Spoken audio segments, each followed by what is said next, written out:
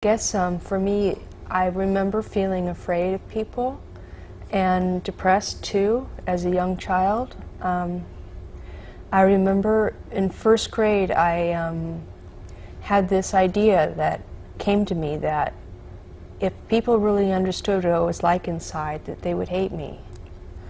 And so the rest of my childhood was pretty much spent hiding inside, not letting people know what was inside me. So I never talked about myself with any and my feelings. I had playmates, but they would tell me and share with me, and I wouldn't share back.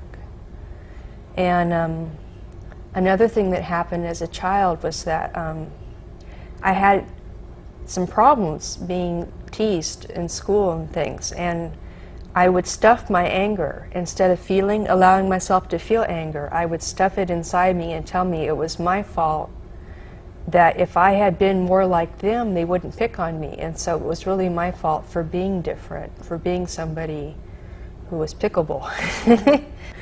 It was like something was coming up, my anger was coming back up, and I could no longer keep it down. I couldn't control it, I couldn't squelch it.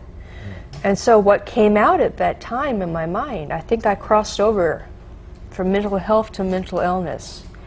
And I didn't start to hear voices until maybe a month or two later.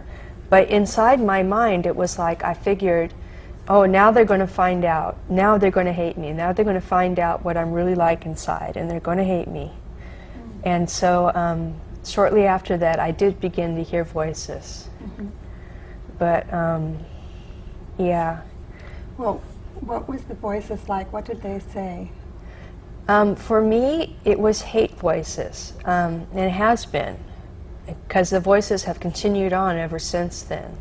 But for me, my voices aren't from a disembodied source. I think I've heard a disembodied voice inside my head only once, I remember, in my life. But most of the time, my voices, they seem to come from other people in the environment. Somebody walking by, driving by, somebody I meet, mostly strangers. There have been times when I know I've hallucinated something. I used to hear my father say, "I'm sick of it, I'm just sick of it." And I know that he didn't say that. And I heard my neighbor, a friend, say something to somebody about me, and I know later on that she never said that, and I believed her. And so I realized, wait, I am hallucinating.